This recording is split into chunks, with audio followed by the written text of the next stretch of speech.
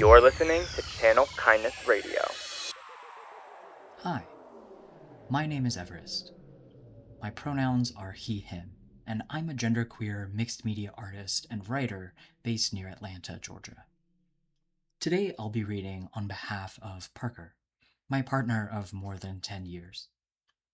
Parker, whose pronouns are they, them, is a genderqueer demisexual person also based near Atlanta.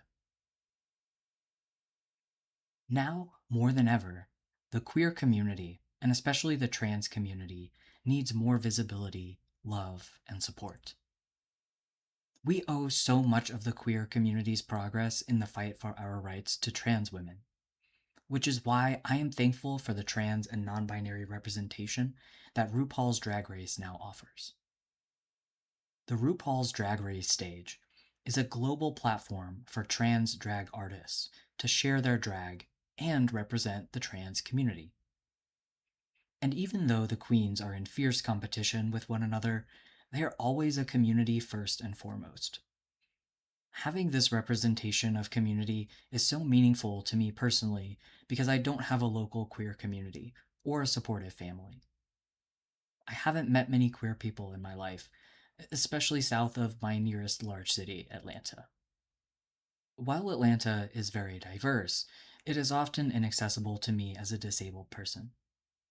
In a survey conducted by Center for American Progress in partnership with NORC at the University of Chicago, out of 3,360 people, 1,703 of whom were LGBTQIA2S+, 48% of LGBTQIA2S+ respondents identified as disabled, while 70% of respondents who were trans considered themselves disabled.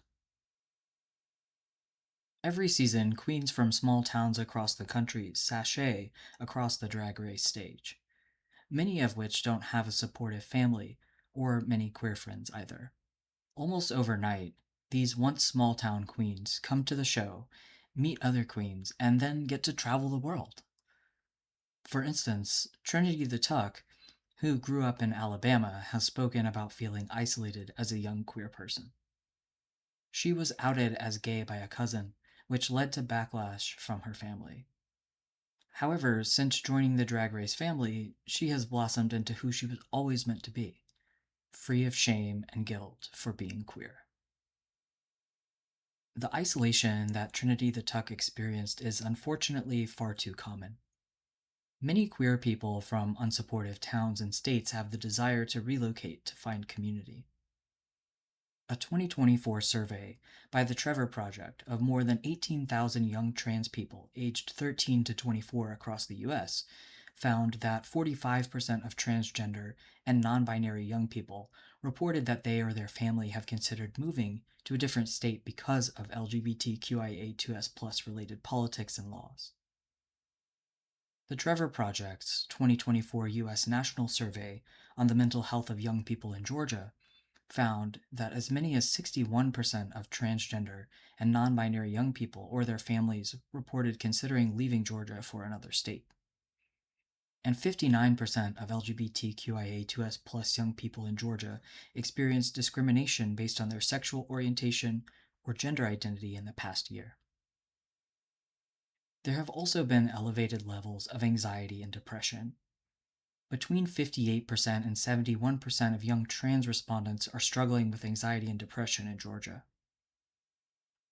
None of these statistics are coincidences.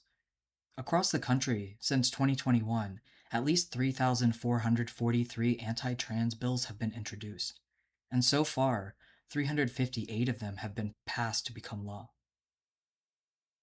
Up to 73% of young people often rely on the internet for connection and acceptance.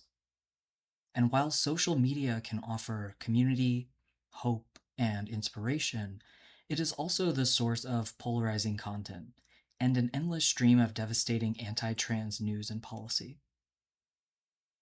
Because of this, it's easy to feel like the whole world is against you, especially when you're one of the only queer people in your circle offline, and you see the constant bombardment of bills that lawmakers are practically burning rubber in a drag race of their own to see how fast they can take away as many of our hard earned rights as possible. These statistics only emphasize just how important representation and community truly are, and always have been. Without Drag Race and other queer or queer coded characters on TV and in the media, it would be even easier to feel isolated in small conservative towns. What makes matters more complicated is the fact that I don't drink alcohol, and alcoholic beverages are frequently served at queer events, which makes it difficult to feel welcome in those spaces, even when they're overwhelmingly queer. The lack of queer community has impacted my mental health negatively, and like Trinity the Tuck, I feel isolated, especially when queer events are not only far away, but masks aren't recommended or required. In 2020, the National Disability Institution surveyed over 600 disabled people to gauge their thoughts and worries about the growing pandemic. 55% of the respondents were concerned about social isolation. That number has likely only increased, as most places have stopped taking any COVID precautions. And sometimes you get weird looks when you're the only one masking in a space, so a lot of disabled people like myself choose to stay home for safety instead. In 2025 in the UK, the Business of Events and ICC Wales conducted research to find out how many disabled people had accessibility issues when accessing events. 93% of disabled respondents said they ran into accessibility issues and that it created barriers to accessing events.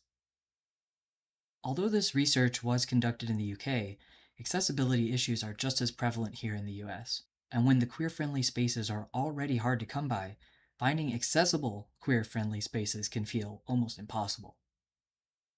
As a disabled person, Drag Race gives me a window to an otherwise inaccessible world to see so many beautiful queer people who, because they have found their community, are thriving.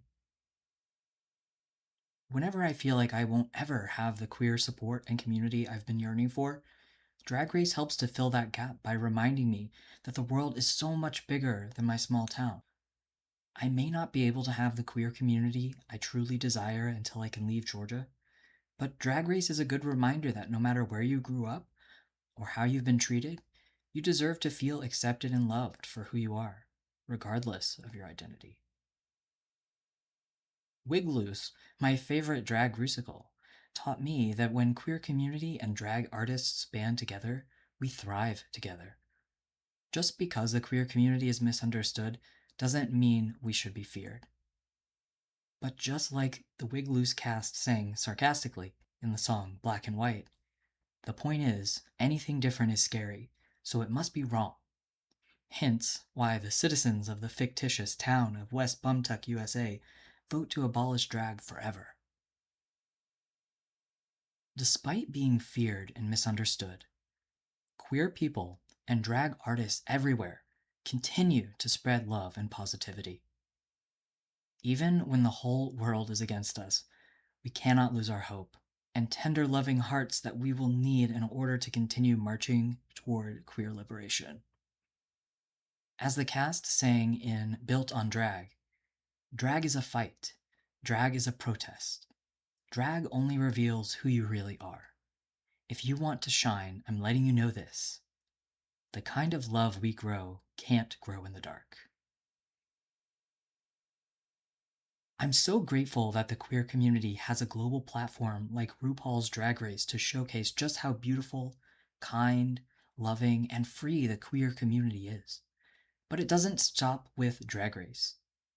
King of Drag, which featured queer women, non-binary, and trans drag kings, debuted in 2025 on Reverie, with Season 2 coming fall 2026. Support local drag, and remember that no matter how much anyone tries to attack our community, we will be here, and we will be queer. So get used to it. Sending love to all of my trans siblings, whether you're out, closeted, or questioning. You belong forever and always. You're listening to Channel Kindness Radio.